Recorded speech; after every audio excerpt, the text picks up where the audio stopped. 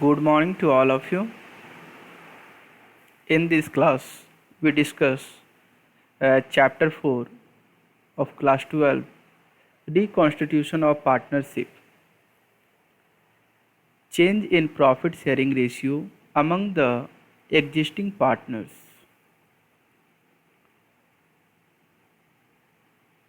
तो आज हम लोग देखेंगे साझेदारी फर्म का पुनर्गठन, जो कि क्लास 12 का चैप्टर 4 है हमारा.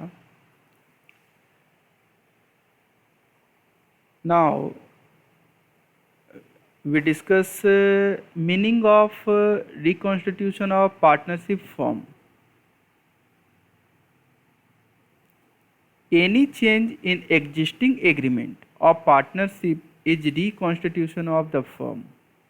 As a result, existing agreement comes to an end and new agreement comes into existence, but the firm continues. इसका मतलब क्या हुआ, समझते हैं हम लोग. यहाँ पर एक एग्जाम्पल से समझते हैं.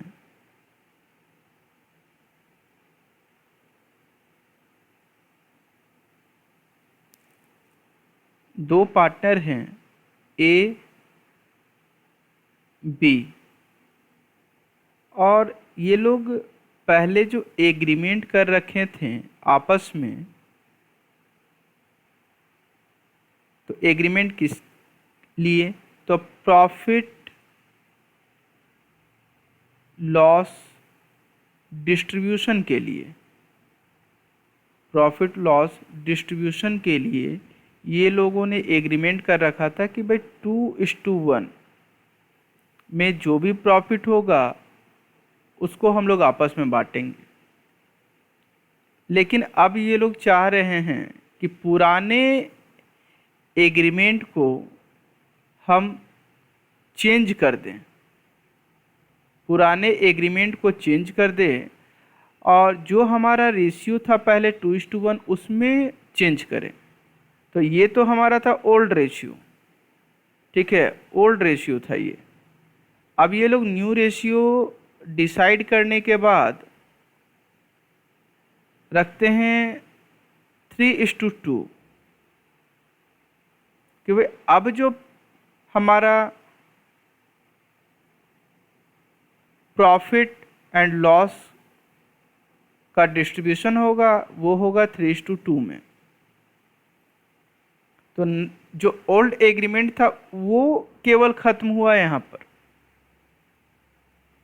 ना कि फर्म बंद हो गया. फर्म एज इट इज काम कर रहा है, लेकिन जो एग्जिस्टिंग एग्रीमेंट था वो बंद हो गया, वो ख़त्म हो गया. वही कहता है existing agreement comes to an end end new agreement comes into existence.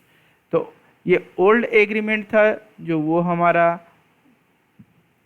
समाप्त हो जाएगा और न्यू एग्रीमेंट एग्जिस्टेंस में आ जाएगा. इसी को हम लोग कहते हैं रिकॉन्स्टिट्यूशन ऑफ पार्टनरशिप फॉर्म. चलिए, तो अब हम लोग देखते हैं कि एक नोट यहाँ लिख रखे हैं, change in profit sharing ratio leads to dissolution of partnership. देखिए क्या कहता है, change in profit sharing ratio. जैसे कि हम लोगों ने यहाँ एग्जांपल ले रखा था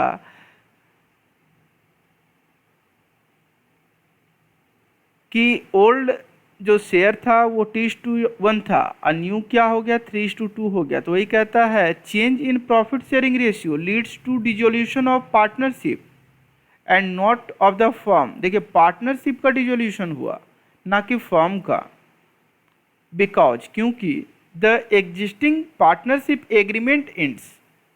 कारण क्या है कि जो पार्टनरशिप एग्रीमेंट काम कर रहा था उसका समापन हुआ, वो समाप्त हुआ और नया एग्रीमेंट इफेक्ट में आ गया. ये बात याद रखेंगे. अब सर्कमस्टांसेज ऑफ रिकॉन्स्टिट्यूशन.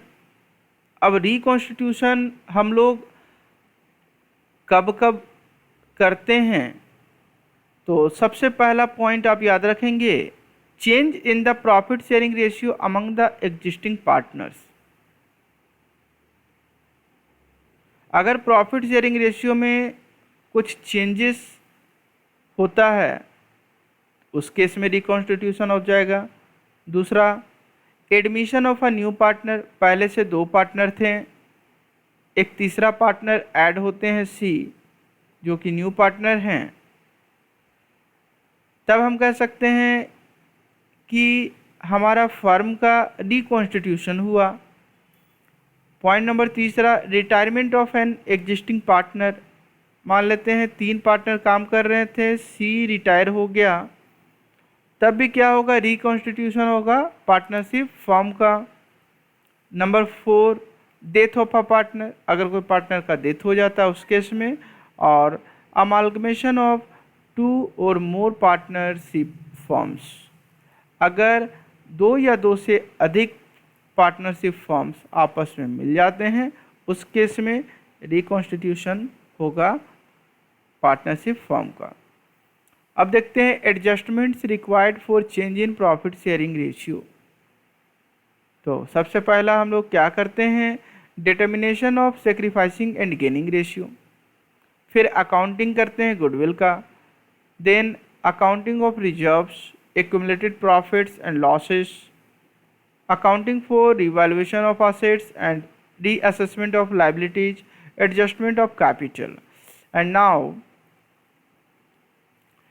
हम लोग जानेंगे सेक्रीफाइसिंग रेशियो और गेनिंग रेशियो कैसे निकालेंगे। तो ये फॉर्मूला याद रखेंगे, sacrificing ratio equal to old ratio minus new ratio, gaining ratio equal to new ratio minus old ratio. Okay, thank you to all of you.